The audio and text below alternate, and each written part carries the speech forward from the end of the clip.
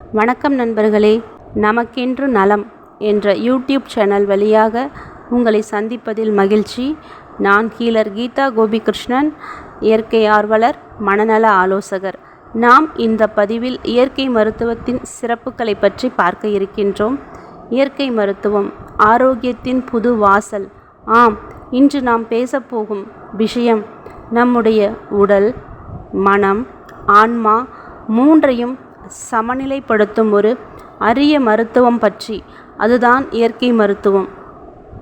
இயற்கை மருத்துவம் என்றால் மருந்துகளின் மேல் நம்பிக்கை வைக்காமல் இயற்கையின் மீது நம்பிக்கை வைப்பதுதான்.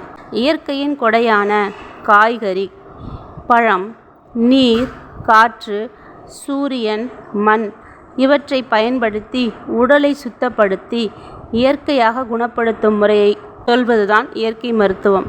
நண்பர்களே, நம்முடைய உடல் தானாகவே தன்னை குணப்படுத்தி கொள்ளும் திறன் கொண்டது. அந்த திறனை தடுக்காமல் அதை ஊக்கப்படுத்தும் வழிதான் இயற்கை மருத்துவ முறை. உங்களுக்கு தெரியுமா? ஒரு சாதாரண வெந்நீர் குளியல், ஒரு எலுமிச்சை பழம் அல்லது ஒரு சில மூலிகை இலைகள் கூட பெரிய மருந்தாக செயல்பட முடியும்.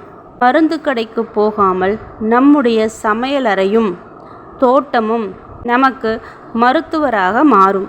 உதாரணமாக, வயிற்றுக்கோளாறு வந்தால் மல்லி விதை தண்ணீர், சளி இருமல் வந்தால் இஞ்சி தேன் கலவை, மன அழுத்தம் குறைக்க வெறும் பசுமை சூழலில் நடப்பது.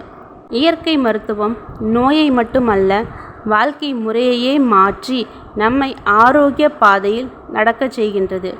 மருந்துகளின் பக்க விளைவுகளை தவிர்த்து உடலுக்கு சக்தி, மனதுக்கு அமைதி, ஆன்மாவுக்கு சாந்தியும் தருகின்றது.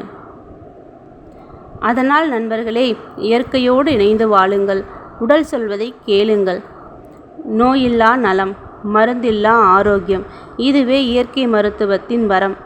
இந்த பதிவில் நாம் இயற்கை மருத்துவத்தின் சிறப்புகளை பற்றி பார்த்தோம். இனி வரும் அடுத்தடுத்த பதிவுகளில் இயற்கை மருத்துவத்தை கொண்டு நாம் எவ்வாறு நம் உடலில் ஏற்படும் நோய்களை தடுக்கலாம் என்பதை பற்றி அடுத்து வரும் பதிவுகளில் பார்க்க இருக்கின்றோம்.